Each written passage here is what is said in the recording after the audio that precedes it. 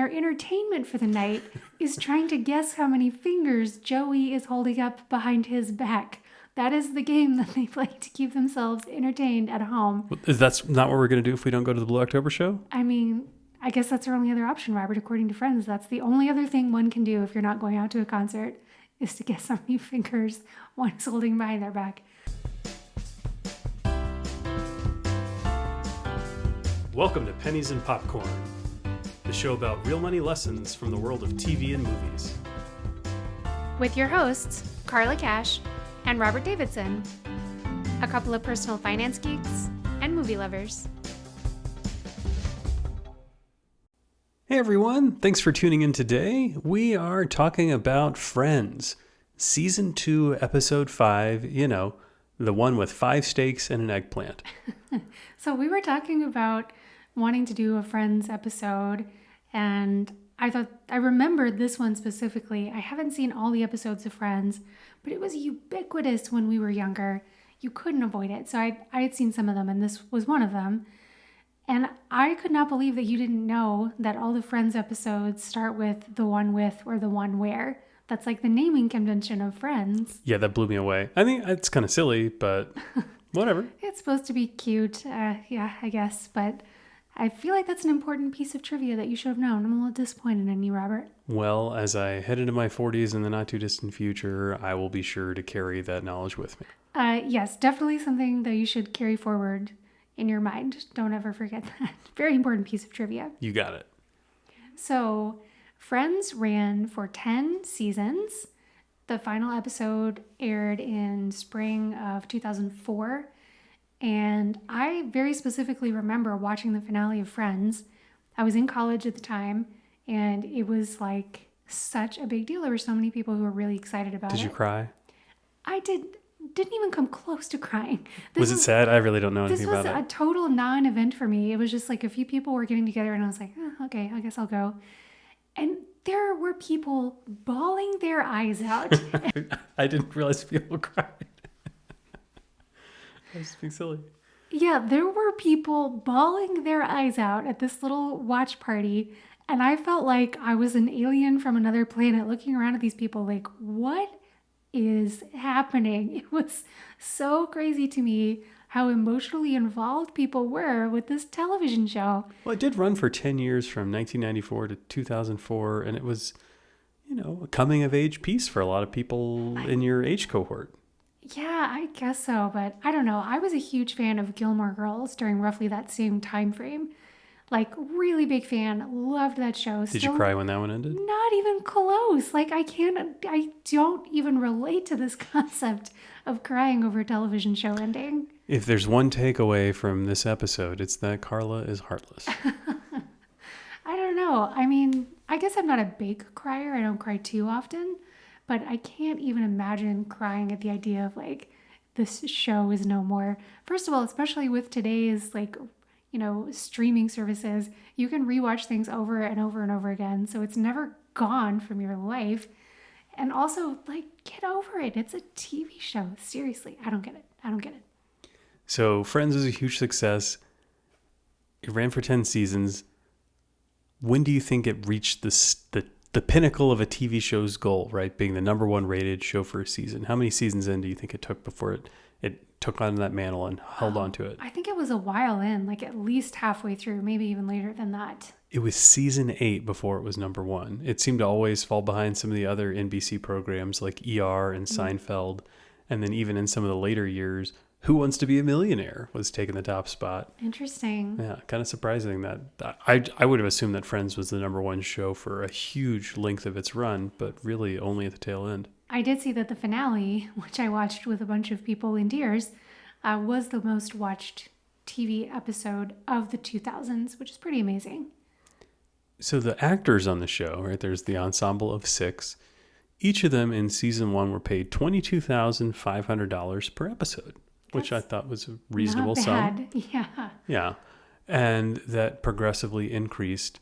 What I think they did, though, at the end of the second season is they collectively bargained. I think in the second season, they got slightly different pay ranges across the different actors. And the people who put together the show wanted it to be an ensemble. They did not want there to be a true lead. And if you watch the series, you'll notice that each of the characters gets pretty even screen time. I'm going to guess Phoebe maybe is a little bit lighter than the rest in aggregate. Yeah, I think Phoebe and Joey collectively were a little bit of a step down from the other characters in terms of screen time and general popularity Right. in the public. But in terms of compensation, the actors banded together and made sure that they were paid the same amount. They wanted to be paid consistently across the group and really, work together to ensure fair treatment across the cast. But their pay did climb. Starting in season 6, they made $125,000 per episode. Mm-hmm. And then in season 7 and 8, it got a little better for them. They made $750,000 each per episode. And then seasons 9 and 10, they each got paid $1 million per episode. I remember reading about that at the time, that it was like a really big deal that they all pushed for $1 million an episode. I don't know if that was truly groundbreaking, if that was the first time that any actor had been paid $1 million per episode, but it seemed like a really big barrier for them to bust through.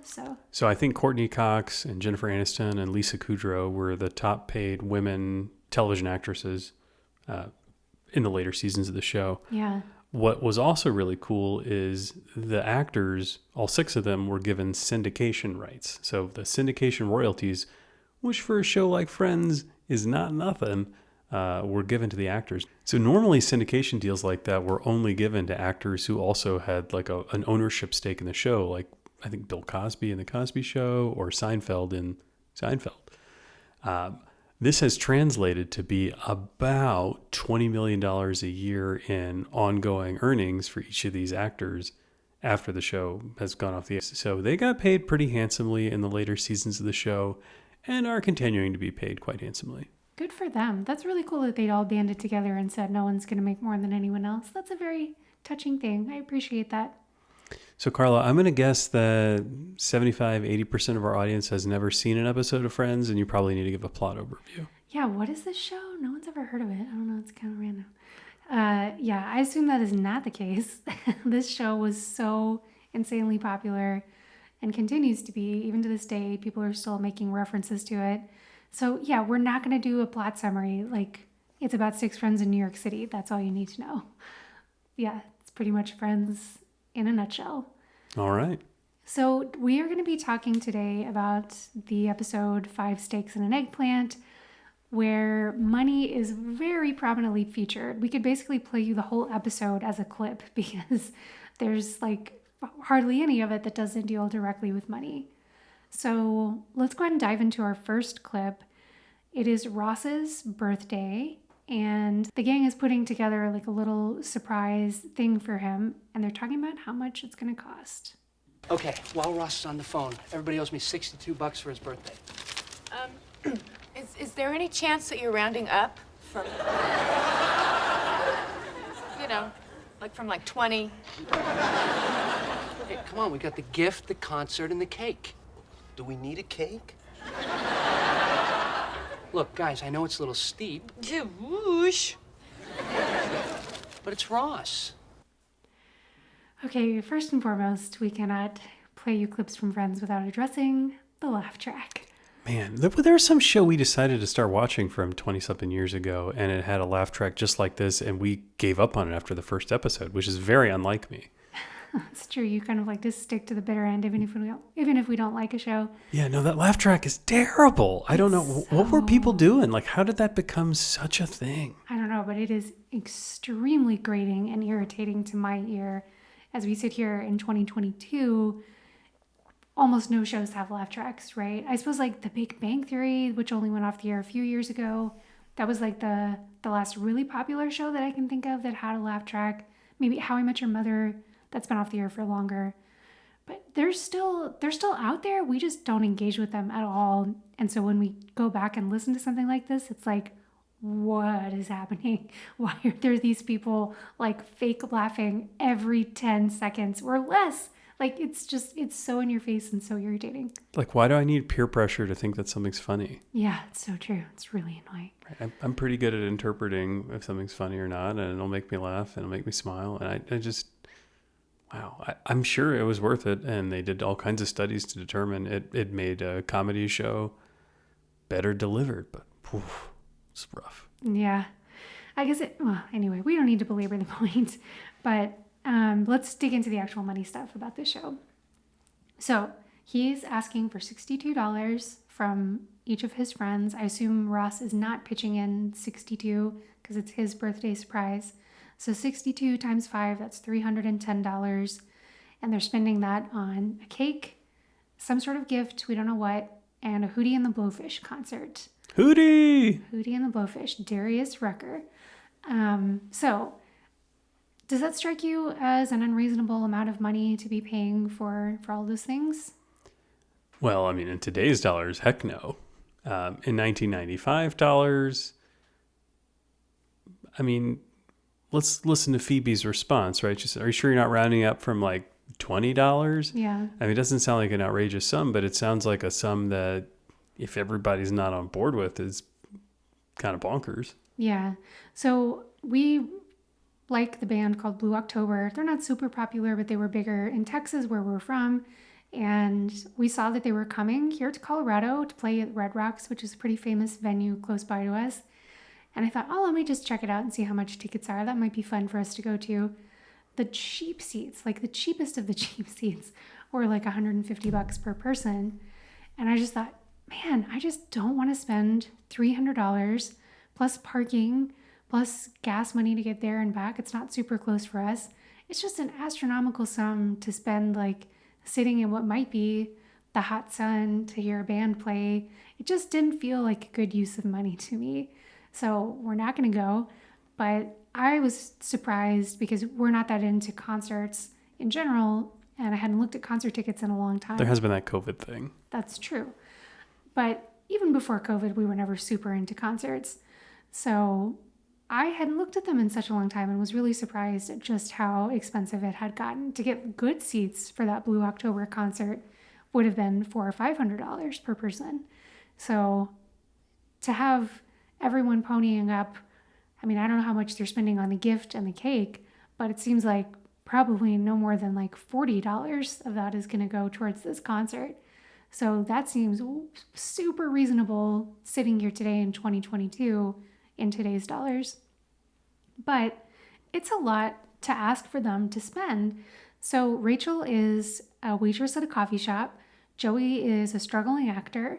Phoebe is a masseuse/musician. And we don't know exactly how much each of them make, but it's probably somewhere in the range of like $25,000 to $30,000 per year.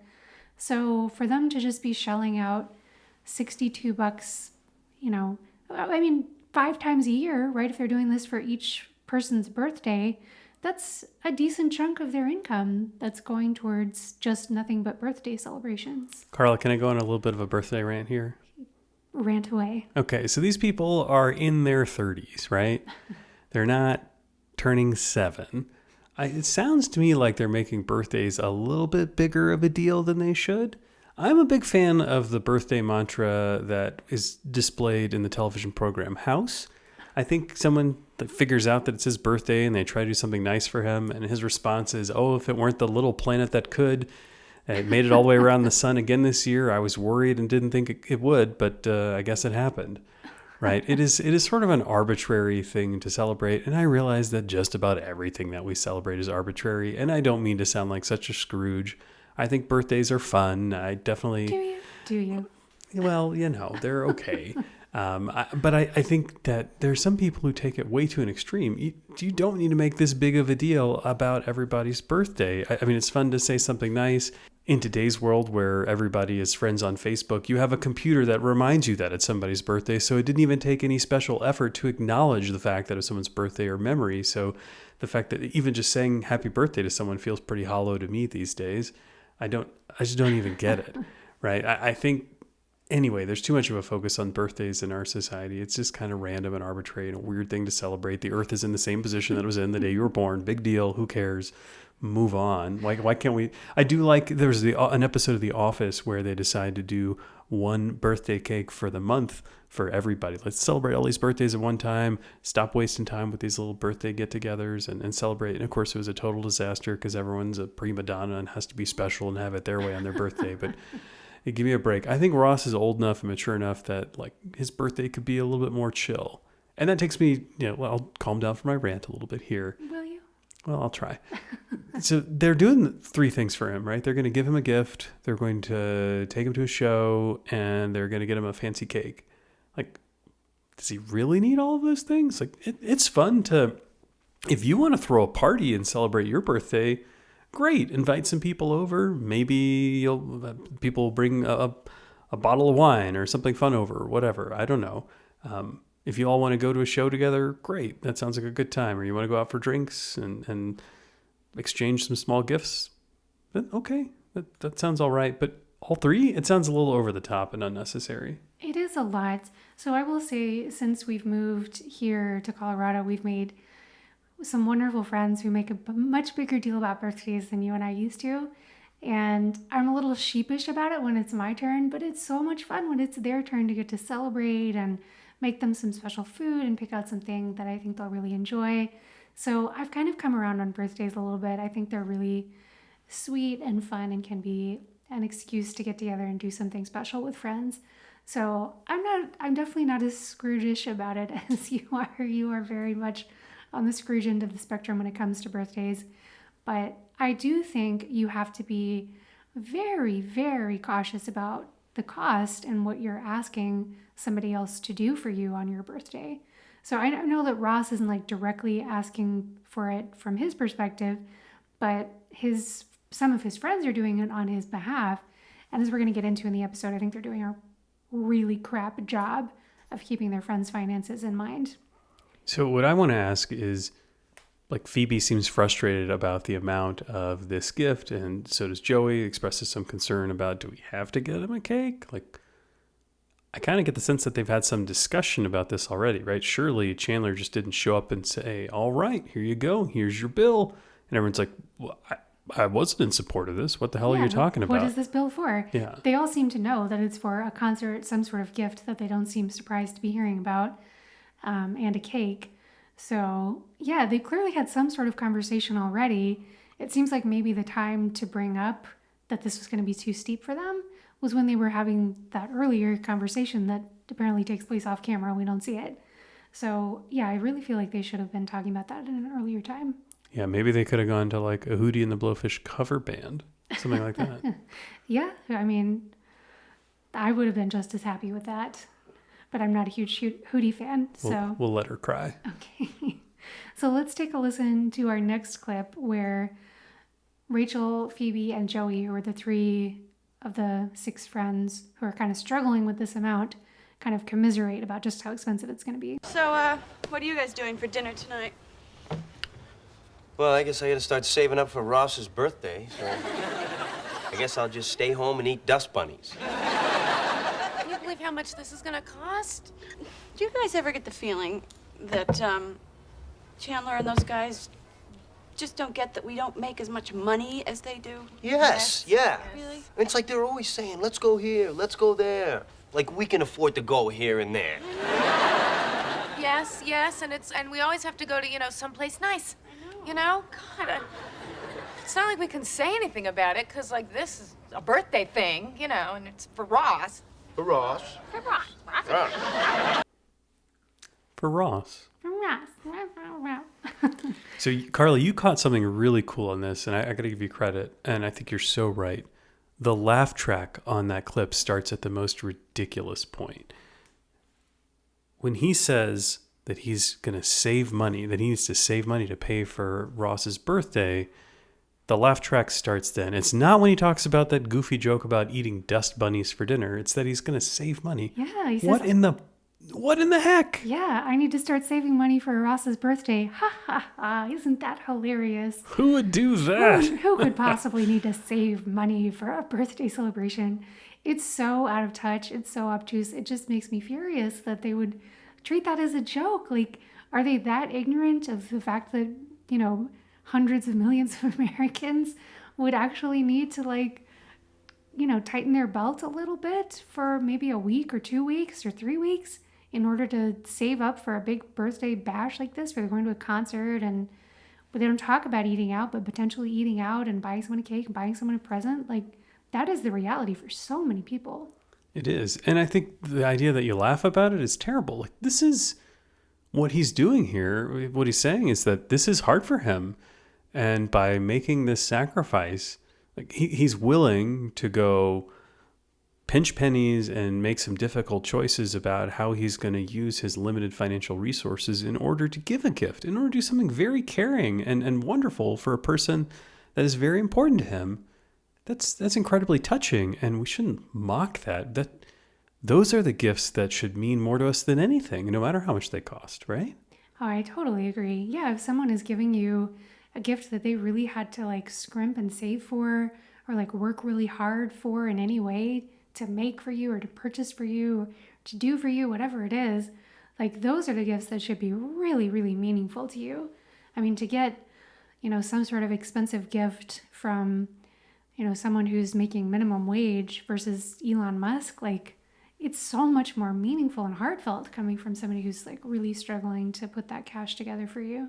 Yeah. So I feel like the writers of the show or producers or whoever's job it is to add the laugh track, like I hope they get fired and never get rehired. But like they did that in pretty poor taste, in my opinion. Yeah, I totally think. I mean, they're basically also the joke about like not eating. I mean, obviously no one's gonna eat dust bunnies. You hope, unless they have what's the pica? Is that the thing where you just eat random things you're not supposed to eat? Unless you have pica or some other awful condition, like he's not gonna eat dust bunnies. But what he's basically joking about there is food insecurity, which again, like this is a real problem that so many people obviously across the planet face, and even right here in our first world country of America, so many people are facing. So it seemed, I just feel like it's in poor taste to be cutting jokes and laugh tracking that. So what I want to talk about is Chandler and Ross and Monica, the other members of the group who aren't featured here, who seemingly pressure the lower earners of their team to do things that are hard for them. And it seems like, as Rachel said, they just don't get that they make less money. How the hell does that happen? It just seems like Chandler, Ross, and Monica are the densest people ever. They're just completely blind to the fact that waitresses don't make as much as paleontologists. Yeah, like a university professor is going to be making more than someone who's just waiting tables. Or I think Chandler's job is some sort of like data scientist, statistical analyst. Like he's not going to be making more than a masseuse. I mean, this is not hard to understand. So I can't fathom how those three could be that dense. Yeah, I completely agree. I wanted to talk about Phoebe's thing about going somewhere nice as well, right? Like I mean, the way she says is funny. It always has to be somewhere nice, and she's totally right. Like, what are they doing? You don't have to go eat somewhere fancy in order to have a good time. There are plenty of. I'm not saying you have to go to. No offense to McDonald's, but I'm not saying you have to go there. There's plenty of other places. There's food trucks. There's food stands on the corner. There's pizza by the slice places. I mean, there's all kinds of spots that you can go and have a memorable outing, go pick up some food, take it somewhere special and memorable, make the whole event what's special and not the level of service that you have at the dining experience. Yeah, or you could have a lovely meal at home. I get that for Monica as a chef, you wouldn't want to make her feel like she has to work in order to have some kind of celebration for a birthday or anything, right? So I understand that, but also you've got 5 other people in this group of friends, like none of them can even like throw some butter and vegetables in a pan or like throw some steaks on the grill or do anything that's going to be cooking at home, which even if you're splurging on something higher end like steaks or like some seafood at home or something, it's still going to be way cheaper to do that at home than to go out. So, I mean, some of my favorite memories of like special nights are staying in with people and having like a really nice get together with friends at somebody's house. You feel less pressure to like hurry up and leave after you're done with your meal. It's just like you can stay as long as you want, as long as everyone's having a good time. I mean, that to me is an even more special thing when you're all gathering in someone's home and you're having a really nice time. So yeah, I'm totally with you. This whole idea that like some kind of event is happening, we must go out. And it can't just be to like, somebody's favorite burger joint or whatever, but it's got to be like some super fancy white tablecloth kind of vibe to it. That's just nutty to me. Totally agree. Well, as the show progresses, they're having this conversation, right? And then Monica bursts in the door, and she is so excited because she has some good news at work. She's gotten a relatively small promotion, I think, right? Yeah, we don't have any idea how much because this show doesn't really talk numbers at all. But she's gotten some kind of a promotion. Right. So she's super excited about her good news. And she says, oh, we all got to go out to dinner to celebrate, which, of course, is going to be a strain on the three who are commiserating about the fact that Ross's birthday was already going to be hard for them. Mm-hmm. So let's go to the next clip, which is them at the end of dinner celebrating Monica's new accomplishment, figuring out how to deal with the bill. Plus tip divided by 6. Okay, everyone owes $28. Okay.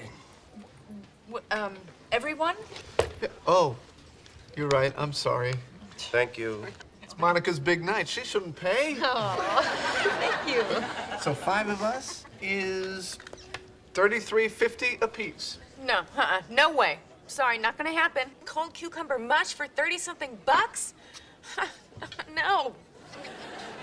Rachel just had that little salad and Joey with his, like, teeny pizza. It's just... Okay, Phoebes. Shh. How about we'll each just pay for what we had, okay? It's no big deal. Not for you. Okay, I actually edited out some of the laugh track there because I just couldn't take it. But even so, there's still a lot. So this leads to a discussion of the classic dilemma that so many people have found themselves in, right? You've gone out, maybe it's, quote, someplace nice, or maybe it's just Chili's, who knows? And you're with a group of people, bill comes, what do? Is everyone just like hand their card and they're going to split it evenly like Ross is suggesting? Or do you do the math and tally it up and have everyone pay for what they got? It's definitely kind of awkward if you're one of those people who, like, for example, didn't drink anything. You and I don't drink alcohol, and when we go out with people, our bills are usually less than theirs because of that fact alone, right? So it's harder if you're somebody like us who's like some big item for them is just like not applicable at all ever to be like, oh, hey, I didn't have any of that bottle of wine, so do I need to pitch in and pay for that? It can be really awkward and uncomfortable to be in that position. Well, I do think that we're living in an era where splitting the bill is not as bad, like by getting individual checks, I mean, is not as bad as it once was. I think when you sit down, many people kind of read the room, right? They look at the party and they say, is this all together or separate checks? And just hopefully you can make that decision at the very beginning and clear it up and not run into that problem. Yeah. I don't think it's that big of a deal. The point of sale entry systems today are able to handle it well enough. And the only thing that gets tricky is if you get a bunch of appetizers for the table or drinks that are shared, like a bottle of wine, something like that. Yeah, that can be a tricky part still. But as you say, I think the best time to handle it is up front. Just, casually ask the waiter, oh, he and I are going to be together, or she and I are going to be together, and then can you do separate checks for the rest of us, or whatever the configuration is going to be. But I have read on the internet that the wait staff really, really prefers it if you tell them up front.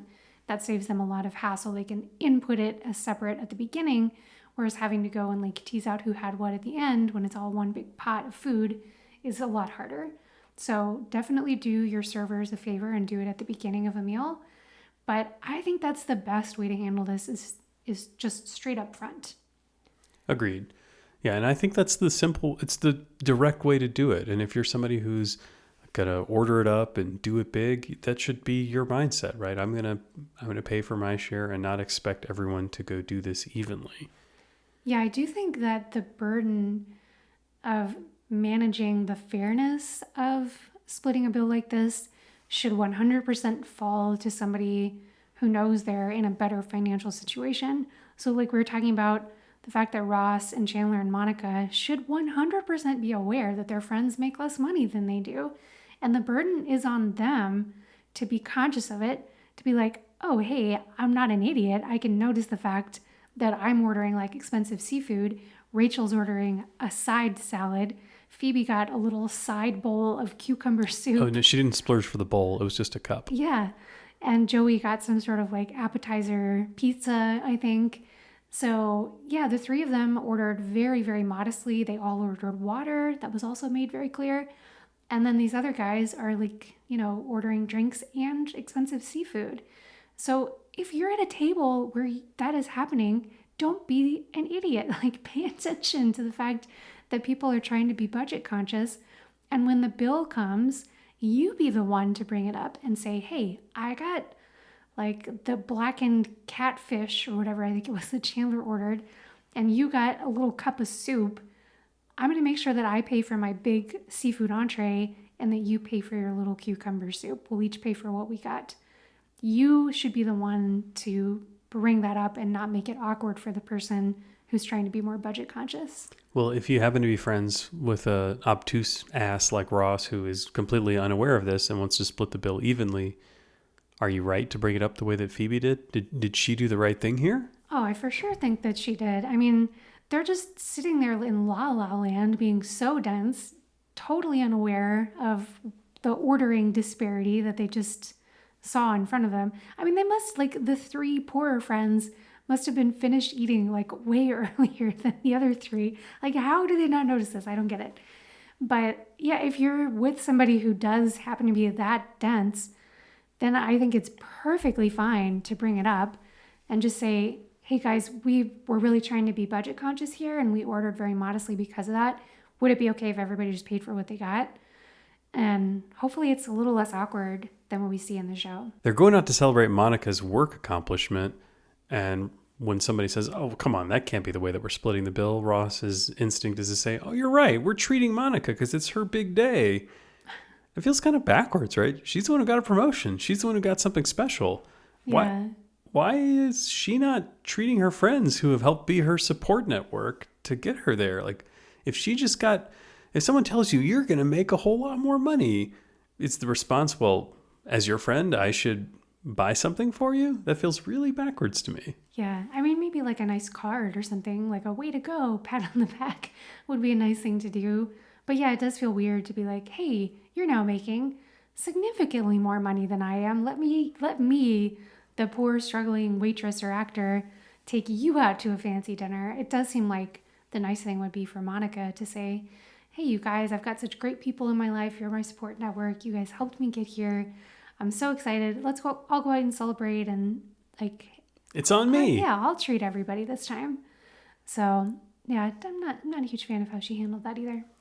Okay, so I guess my final thought on this meal thing is that they should have talked about this in advance, right? I mean, I feel like this isn't that difficult of a topic to bring up. If Phoebe wants to have a light dinner, she could say, let's go celebrate. I have to admit, I'm a little strapped for cash right now, and I'll probably do it pretty modestly, but I'm so excited to share in this with you. And then go do that. Like, is that awkward of a conversation to have? It shouldn't be, but these people are so awkward talking about money. So let's listen to our next clip where Joey finally tries to bring this up and deal with it up front, and it is painfully awkward. We three feel like that sometimes you guys don't get that we don't have as much money as you.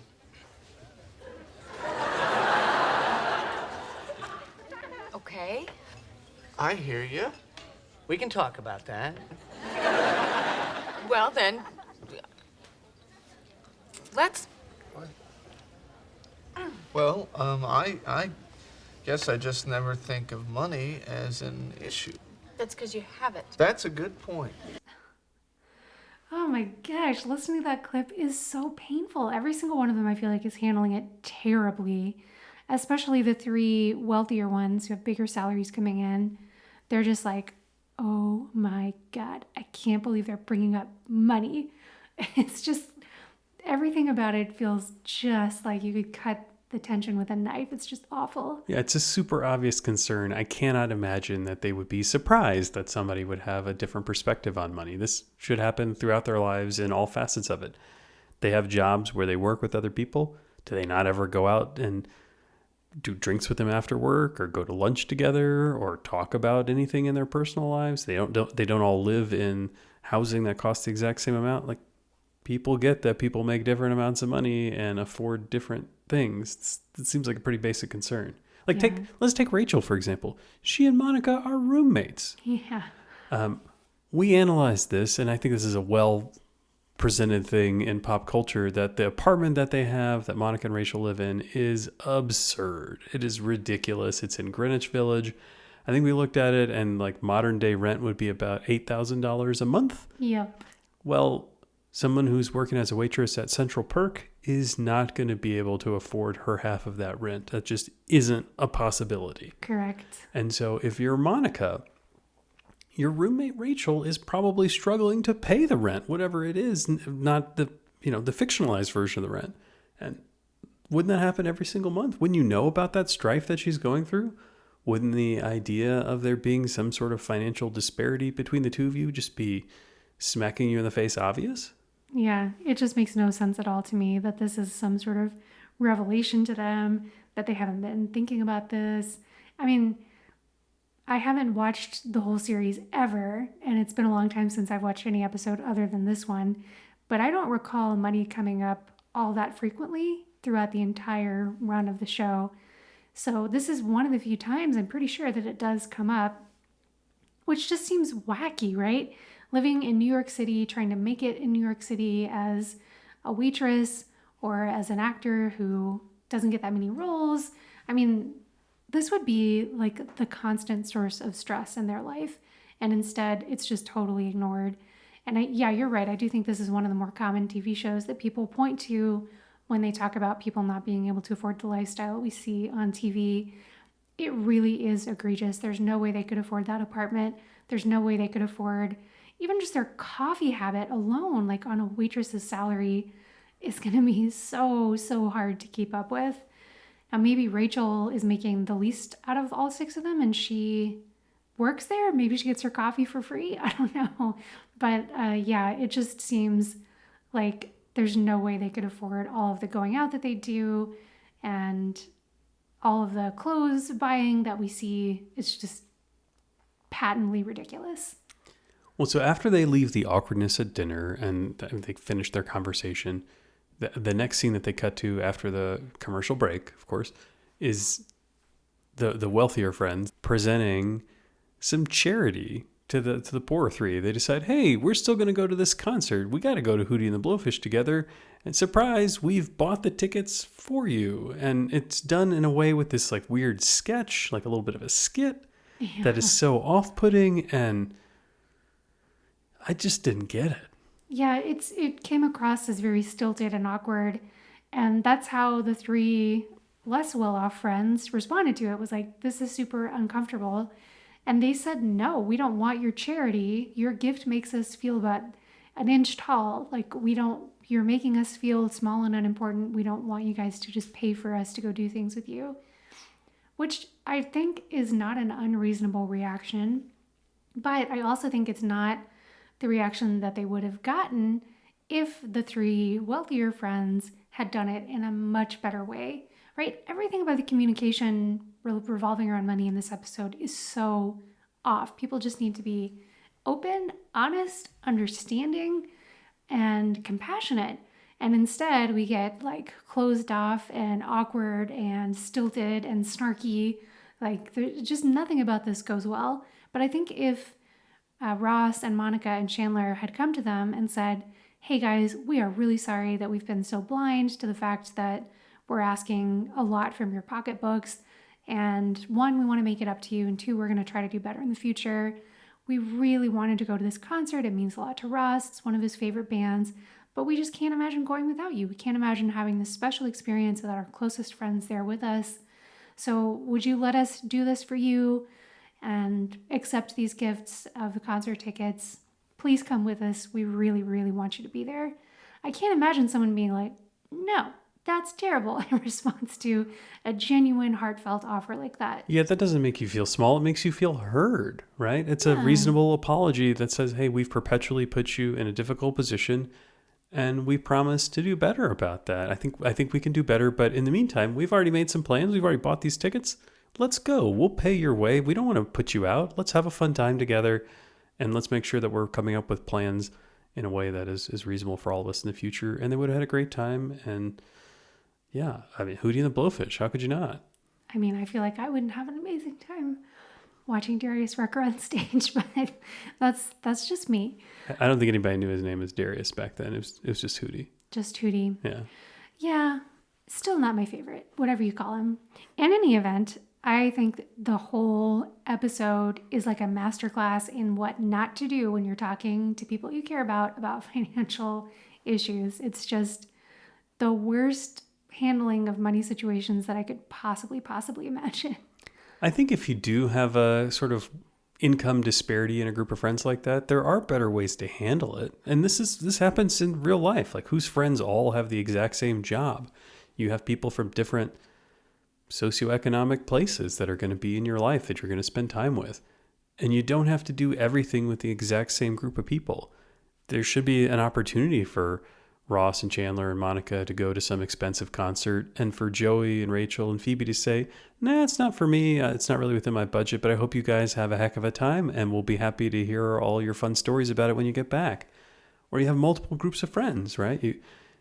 We have friends who like to spend it up and do really nice things, and sometimes we do that sort of stuff with them, and sometimes we choose not to because it's more than we would really like to spend. And we have friends who we know would never like to do anything even remotely spendy. And when we're engaging with them and doing things, we intentionally choose activities that are aligned with their pocketbooks. We don't want to put them out and put them in a difficult position. It's not that hard to be reasonable about it, but you can, if you enjoy the finer things, you can find people to do that with and not encroach on anybody else's ability to pay for it. Yeah, I totally agree. Okay, last little rant about this episode. So after they have this little fallout and Rachel and Phoebe and Joey decide they're not going to go to Hootie and the Blowfish, the other three end up actually going to the concert, and Rachel, Phoebe, and Joey just stay home. And we see them staying at home, and their entertainment for the night is trying to guess how many fingers Joey is holding up behind his back. That is the game that they play to keep themselves entertained at home. That's not what we're going to do if we don't go to the Blue October show? I mean, I guess that's our only other option, Robert, according to friends. That's the only other thing one can do if you're not going out to a concert, is to guess how many fingers one is holding behind their back. I mean, it's just such an insanely awful portrayal of life and how it makes it seem so bleak and terrible, right? Like, if you can't afford to be eating out at a nice restaurant or like partying it up with Hootie and the Blowfish, then you must be at home just like down in the dumps counting your fingers. I mean, give me a break. Life can be wonderful if you're not spending money. And I think they should have showed Rachel, Phoebe, and Joey like having a blast, doing something super fun at home, or like having a picnic in the park, or just doing something like awesome that wouldn't cost that much money. And instead of counting fingers. I mean, you say this, I do think this game would actually be really interesting to play on like a decent scale, because you think this is like a totally random guess, and like if he's going to show between 1 and 5 fingers behind his back, it is like you have a 20% chance of getting it right every time. But that's not how it works. Joey is not a random number generator. Oh, he is. my God. It's a mental thing. So there's this really cool game that you can play to try to guess what he's doing and outsmart him. It's kind of like how rock paper scissors isn't truly random. No, just no. Let's do it. Let's play. No, hard pass, not happening. We are not. Let's go to the show. We're going to go to the show now. I mean, as much as I would hate to go to a Hootie and the Blowfish concert, I'd rather do that than play the finger guessing game with you. All right. Never going to happen. Warn me down. All right, guys. Well, we hope you enjoyed today's episode. If you can't afford to go to a concert, for God's sake, find something more entertaining to do than counting someone's fingers. And try to just be open and honest with your friends about finances. It's not rocket science. Be compassionate, be kind, be honest. That's really all you need to know, right? And show creators, cool it with a laugh track. Oh, seriously. Just kill it for good. All right, guys. Well, thanks for tuning in and sticking with us despite the laugh track, and we'll catch you next time. Take care.